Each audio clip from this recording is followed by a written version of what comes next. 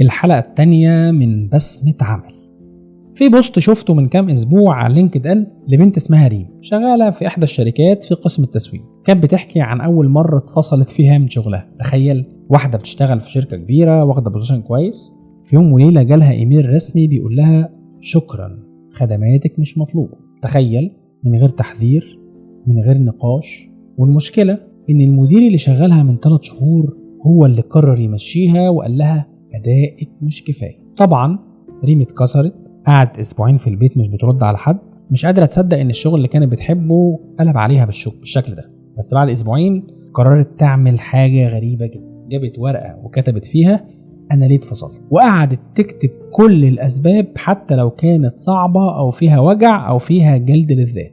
بعدها كتبت ورقة تانية بعنوان أنا عايز أكون مين، وابتدت ترسم صورة لنسخة أقوى منها، نسخة بتفهم أكثر، بتبحث أكثر، بتتكلم بثقة، وبتشتغل في مكان يقدرها مش بس يستهلكها، لأنها من ضمن الأسباب اللي كانت شايفاها إن الشغل أصلا مستهلكة. ومن ساعتها كل يوم كانت بتتعلم حاجة، بتحضر دورة تدريبية، بتقرأ كتاب، بتشوف منشورات على السوشيال ميديا، سؤال تسأله في جروب شغل والناس ترد عليها. وسنة بعد ما انفصلت اشتغلت في شركة تانية بضعف الراتب، وأول يوم ليها هناك كتبت شكرا للمدير اللي فصلني لأنك فتحت لي باب الحقيقي. هنا رسالتنا في بسمة عمل، مش كل سقطة معناها نهاية. في سقطات بتكسرك وفي سقطات بتفوقك.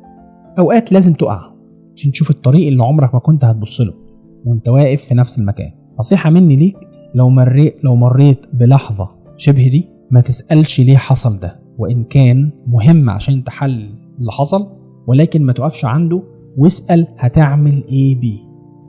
هي دي النقطة اللي بتفصل دايما ما بين القوة والضعف. وسؤالي ليك النهاردة، لو كنت وقعت قبل كده، ايه اكتر حاجة اتعلمتها من الوقعة دي وابعتها لنفسك كأنك بتكتب بوست شكر للماضي. شوفكم في بسمة عمل جديدة.